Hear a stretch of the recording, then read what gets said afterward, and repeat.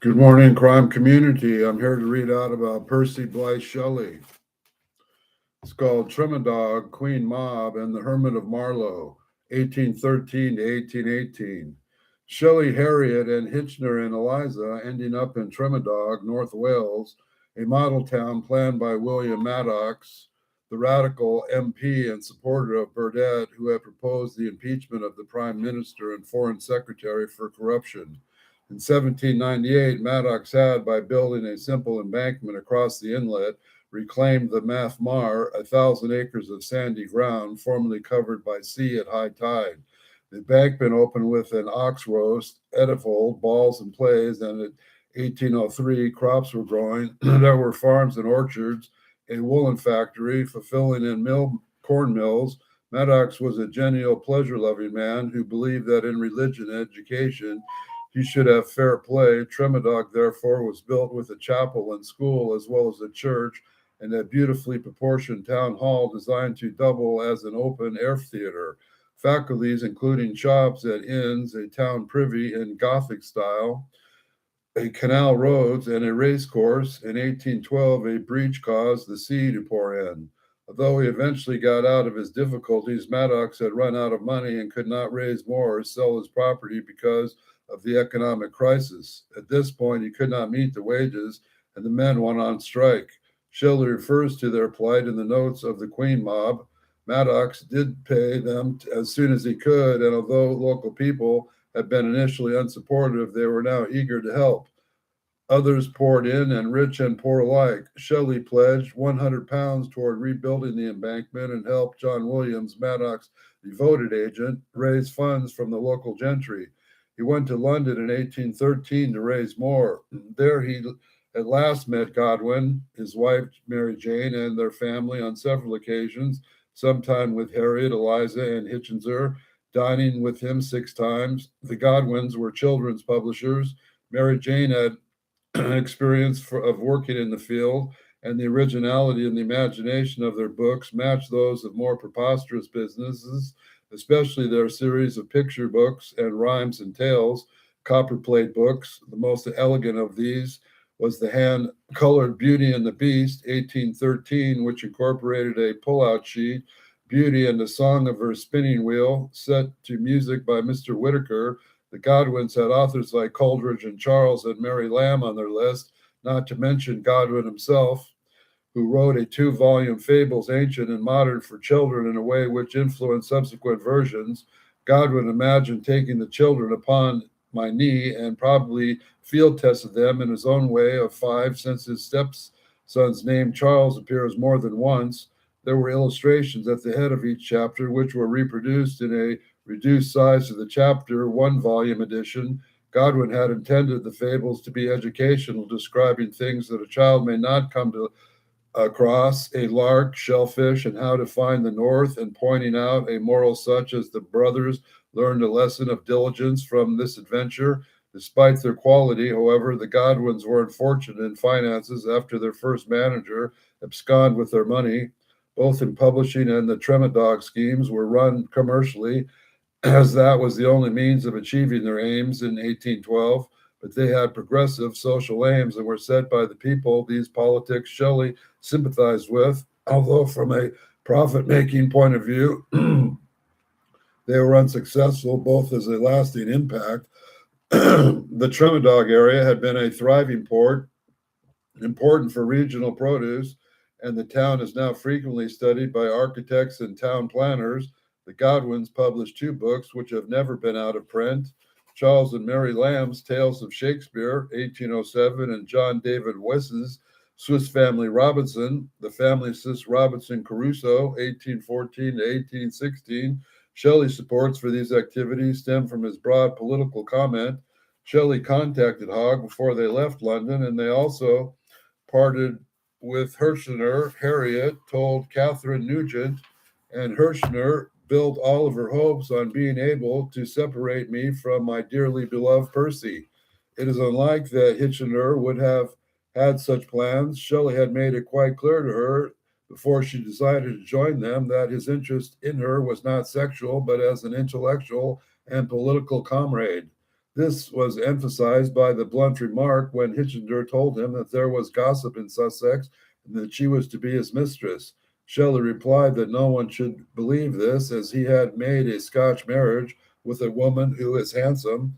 Although Hitchender may not have been unattractive, he now described her as an ugly hemidorphical beast, defending himself against any suggestion that she was a sexual threat to his relationship with Harriet.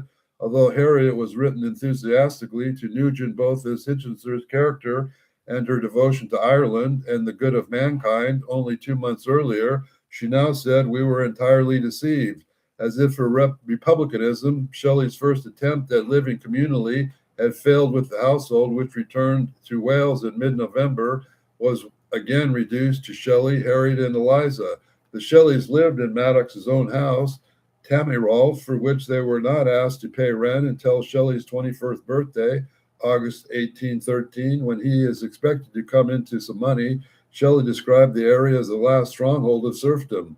They might have been much of an exaggeration, since Wales still had a social structure which is completely different than that in England, where the middle classes had been steadily growing.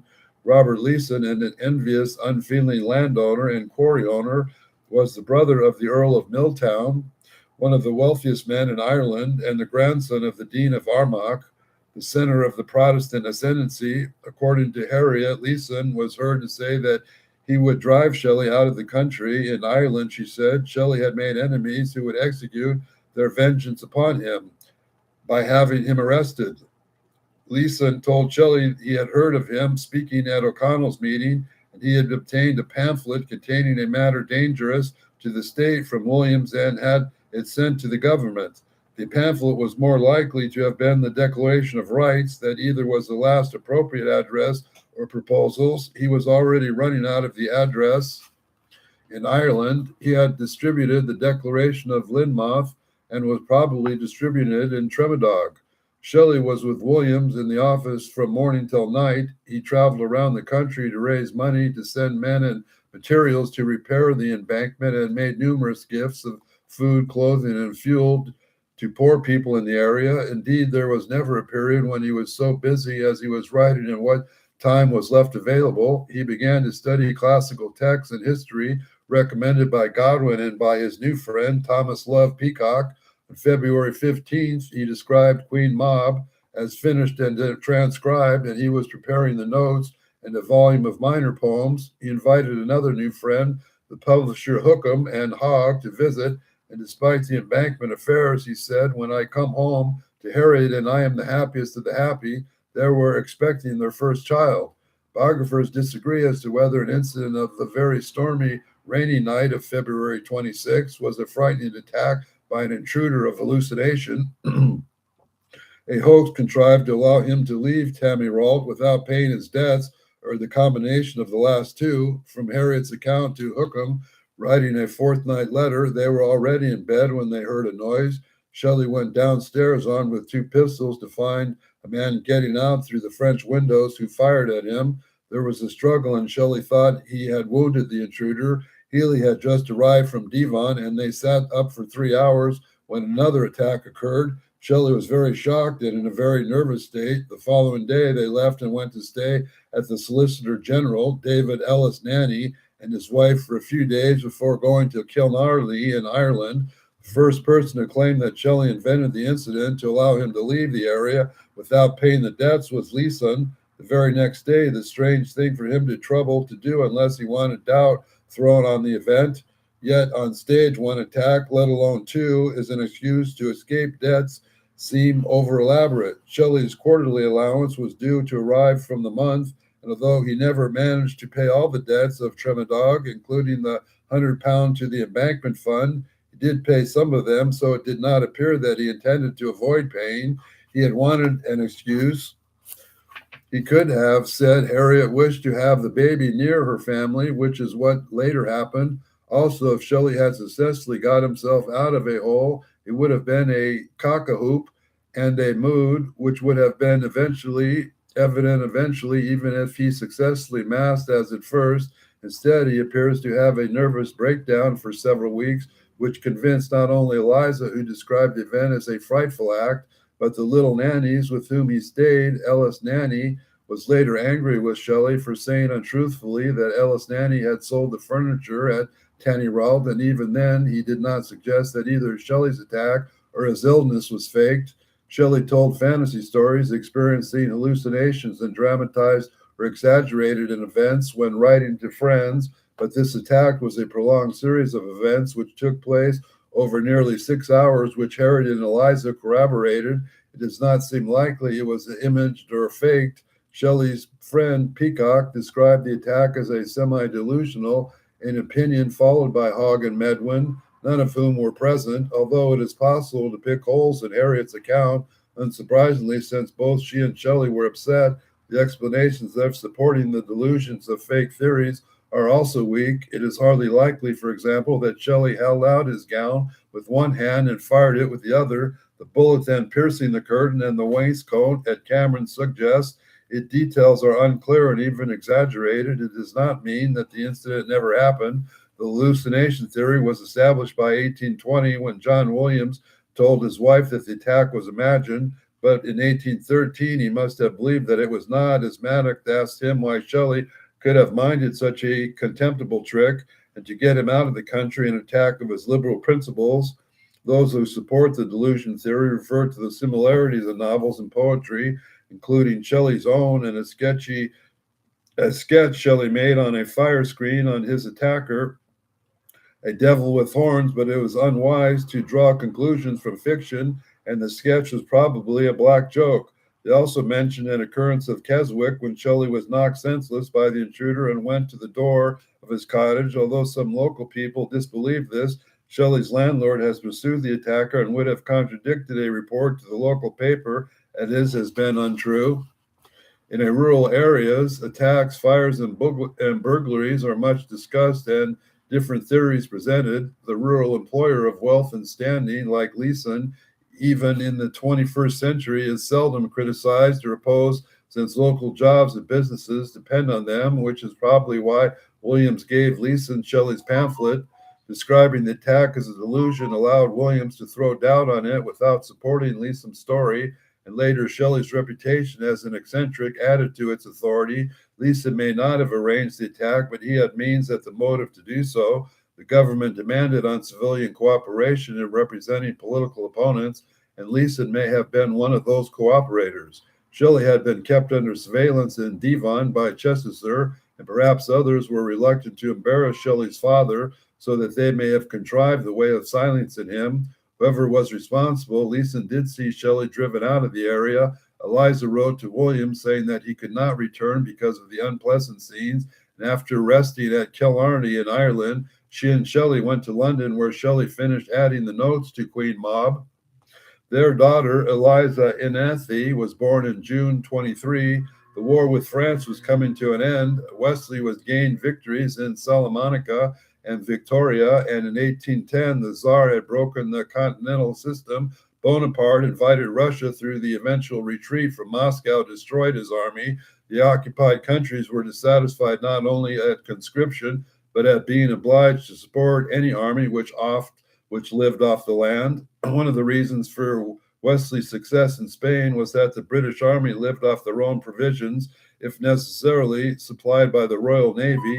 The Confederation of the Rhine, which had been supportive of France, was dissolved. Bonaparte was defeated at the Battle of Leipzig, and by spring 1813 had lost Italy and Holland.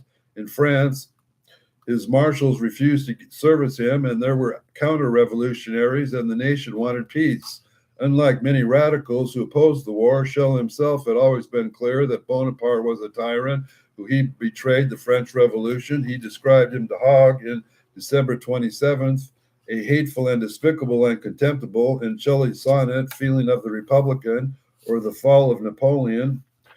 He makes it clear that he hated him for his tyranny. Many of the poems which Shelley wrote between 1810 and 1813 show his political views, for example, to liberty, to Robert Emmet's tomb, and to the Republicans of North America, which glorified the recent Mexican Revolution. Many are against the war, religion, monarchy, and tyranny, including Bonaparte's A Tale of Society, as it extends an anti-war theme to the plight of the impoverished and disabled returned soldier. His love poems to Harriet mentioned his equal love for political action and thought. These minor poems would have formed a collection. They were written in a notebook kept by Harriet, which passed to her descendants and were first published as a whole by Kenneth Neal Cameron in 1964, the Easdale Notebook. We're going to take a break from this today because we have been invaded another country and we're at war. So I'm going on strike. What did it say here? Unlike many radicals who opposed the war, Shelley himself had always been clear that Bonaparte was a tyrant. The war with France was coming to an end. Wesley had gained. Somewhere in here, they were talking about peace. Maybe they aren't talking about peace. Maybe I'm just dreaming about peace. Until we find some peace in America, I'm going to stop reading here. So have a lovely day while we invade the world and blow up the world.